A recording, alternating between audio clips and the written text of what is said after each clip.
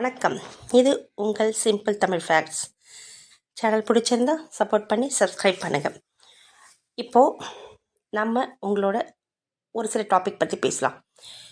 என்ன அப்படின்னா, நிறைய பேர் லக்கு இல்லை, எனக்கு அதிர்ஷ்டம் இல்லை, இதை தாங்க சொல்லுவாங்க.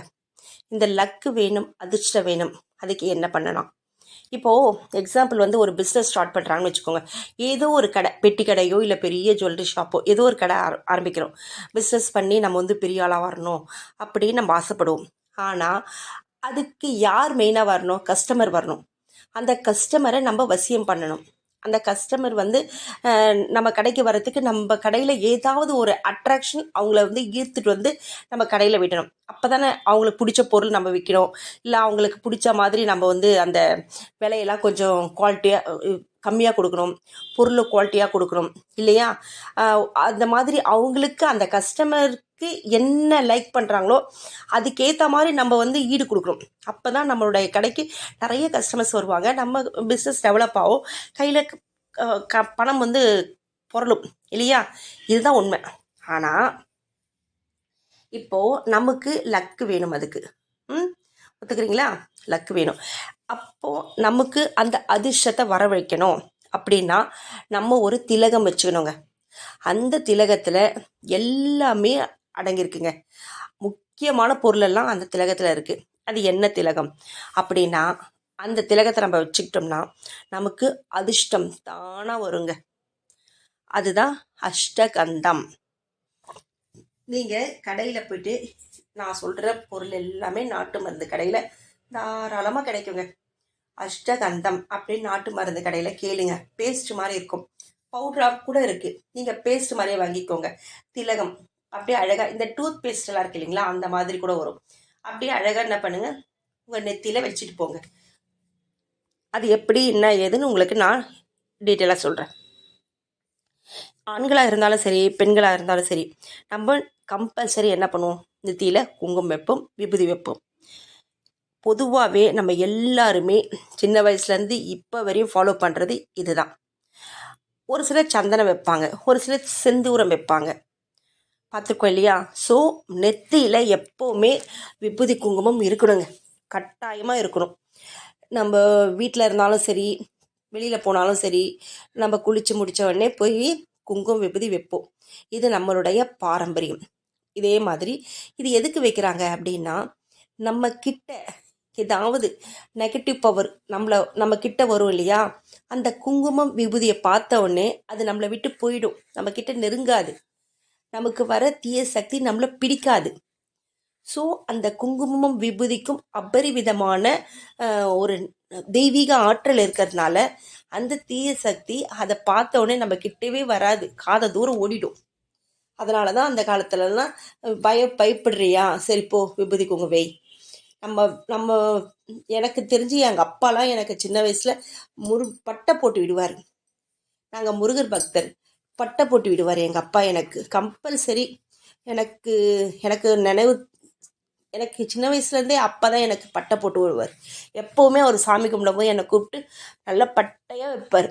அந்த மாதிரி விபூதி வச்சுக்கலாம், குங்குமம் வச்சுக்கலாம். இந்த மாதிரி நம்ம வைக்கும் போது நமக்கு எதிர்மறை, அதாவது நெகட்டிவ் பவர் நம்மளை அட்ராக்ட் பண்ணாது. பாசிட்டிவ் பவர் தான் நம்மளை சுற்றி வைப்ரேட் ஆகும். அப்போது நமக்கு நல்ல லக்கு கிடைக்கும். அதுக்காக தான் நான் இந்த விஷயத்த உங்ககிட்ட இப்போது ஷேர் பண்ணுறேன். எப்போவுமே ஒரு விஷயம் தொடங்குறோம் அப்படின்னா நம்ம என்ன பண்ணுவோம்? 4 பேருக்கு விசிட்டிங் கார்டு கொடுப்போம். இந்த மாதிரிங்க நான் பிஸ்னஸ் ஸ்டார்ட் பண்ணிட்டேன், இந்த மாதிரி தொழில் தொடங்க போகிறேன், முன்னாடி இன்ஃபார்ம் பண்ணுவோம். இன்ஃபார்ம் பண்ணால் தானே 4 பேருக்கு தெரிஞ்சால் தானே நம்மளுடைய பிஸ்னஸ் டெவலப் ஆகும் இல்லையா? அந்த மாதிரி இருக்கும்போது நமக்கு லக்கு வரணும், நம்மக்கிட்ட கையில் பணம் பொருளணும் அப்படின்னா, இல்லை நீங்கள் ஆஃபீஸ் போகிறீங்கன்னா கூட சரி பரவாயில்ல, அங்கே இருக்கவங்க கிட்டலாம் உங்களுக்கு நல்ல மரியாதை கிடைக்கணும் இல்லையா? அவங்கெல்லாம் உங்ககிட்ட உங்களை எதிரி மாதிரி பார்க்கக்கூடாது. அங்கே கூட வேலை செய்கிறவங்களும் நம்ம ஒரு ஃப்ரெண்டு மாதிரி, ஒரு ஒரு வெல்விஷர் மாதிரி நம்மளை பார்க்கணும் இல்லையா? விரோதி மாதிரி பார்க்கக்கூடாது. அதனால் இந்த திலகம் எல்லாத்துக்குமே நம்மளை சுற்றி ஒரு பாசிட்டிவ் வைப்ஸை க்ரியேட் பண்ணக்கூடிய ஒரு திலகம் தான் இந்த அஷ்டகந்த அப்படின்ற திலகம்.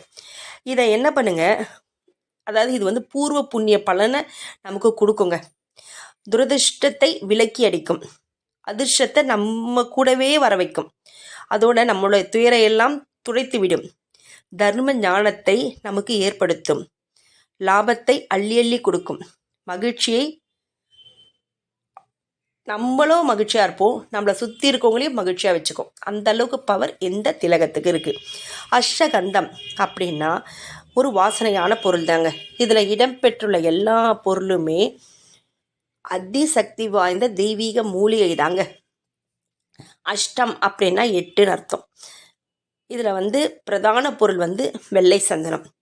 வெள்ளை சந்தனம் வந்து நாட்டு மருந்து கடையில் ஒரிஜினலாக கொஞ்சம் விலை கூட தான், வாங்கிக்கோங்க. அப்படி இல்லையா அஷ்டகந்தம் அந்த திலகமே விற்கிதுங்க, பவுட்ராகவும் விற்கிதுன்னு சொன்னேன், பேஸ்டாகவும் விற்கிது. உங்களுக்கு வேணும்னா அந்த மாதிரி கூட நீங்கள் ரெடிமேடாக வாங்கிக்கோங்க. இல்லையா நீங்கள் ரெடி பண்ணுறீங்க அப்படின்னாலும் பரவாயில்ல, இப்போ நான் சொல்கிற பொருளெல்லாம் வாங்கிக்கோங்க.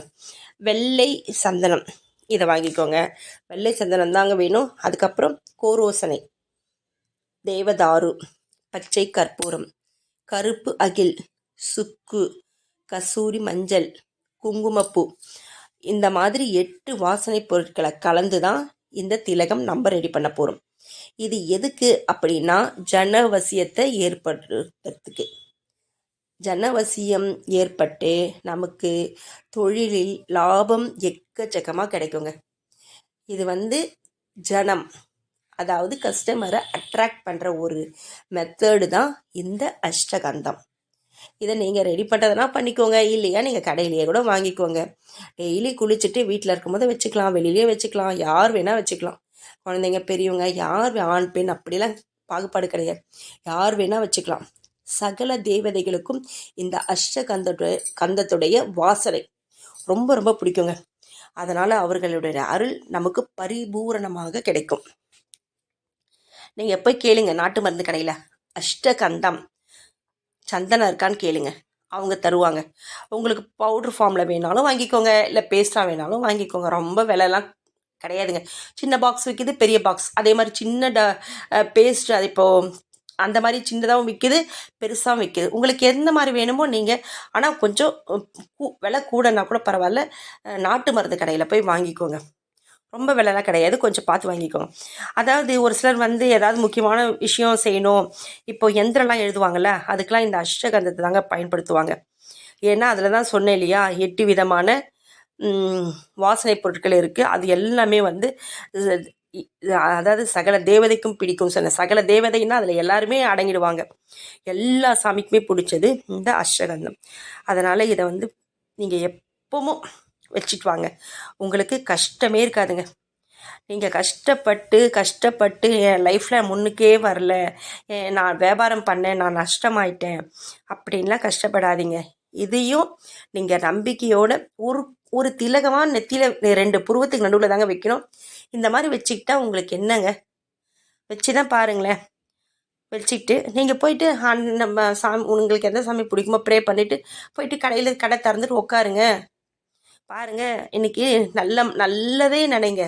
இன்றைக்கி நமக்கு கண்டிப்பாக கஸ்டமர் வருவாங்க, நம்ம கடையில் இருக்க பொருளெல்லாம் இன்றைக்கி கண்டிப்பாக சேல் ஆகும், இன்றைக்கி நம்ம எப்படியும் நம்ம கையில் கொஞ்சம் பணம் பொருளும் அப்படின்னு நினைங்களேன். இந்த மாதிரி நீங்கள் அதாவது பாசிட்டிவ் திங்கிங்கோடு இருந்தீங்கன்னா இந்த திலகத்தை பயன்படுத்தி உங்களுக்கு மக்களின் வரத்தும் அதிகமாகும். நீங்கள் தொழிலில் அதுக்கேற்ற மாதிரி நீங்களும் குவாலிட்டியாக எந்த பொருளாக இருந்தாலும் சரிங்க, குவாலிட்டியாக கொடுக்கணும். கஸ்டமரை மட்டும் வர வச்சுட்டு அவங்களுக்கு சாட்டிஸ்ஃபைடு இல்லாத மாதிரிலாம் நீங்கள் நடந்துக்கக்கூடாது. நீங்கள் அப்போ தான் வந்து உங்களுடைய பிஸ்னஸ் வந்து டெவலப் ஆகும். நீங்கள் வந்து பணமே குறிக்கோளாக இருக்கக்கூடாது.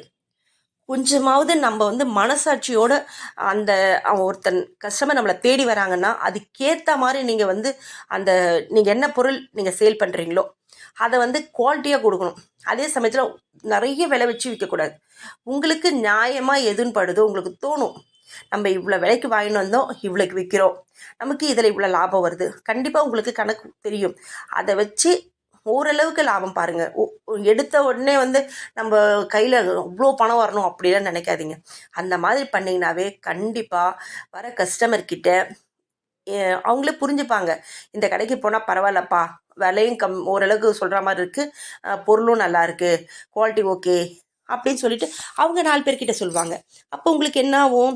மக்கள் வரத்து அதிகமாகும், உங்களுடைய தொழில் எக்ஸ்பெண்ட் ஆகும். அப்போ வந்து உங்கள் தொழிலும் விரிவடையும், பத்தாக்குறைக்கு நீங்கள் பிரபலமாவீங்க. புரியுதுங்களா? அப்போ அந்த மாதிரி பண்ணும்போது உங்களுக்கு லாபம் கிட்டும். இதுதாங்க வெற்றி பெற்றவர்களுடைய ரகசிய சூட்சுமமே இதான். ஃபஸ்ட்டு ஒரு பிஸ்னஸ் ஸ்டார்ட் பண்ணுறீங்கன்னா அதுக்கு நம்ம முதலீடு போடுறோம் தான். அதுக்கு முன்னாடி நம்ம எது பெஸ்ட்டாக நம்ம நினைக்கிறோன்னா கஸ்டமரை நம்ம கேர் பண்ணாலே நம்ம லைஃப்பில் கண்டிப்பாக வெற்றி அடையலாம்.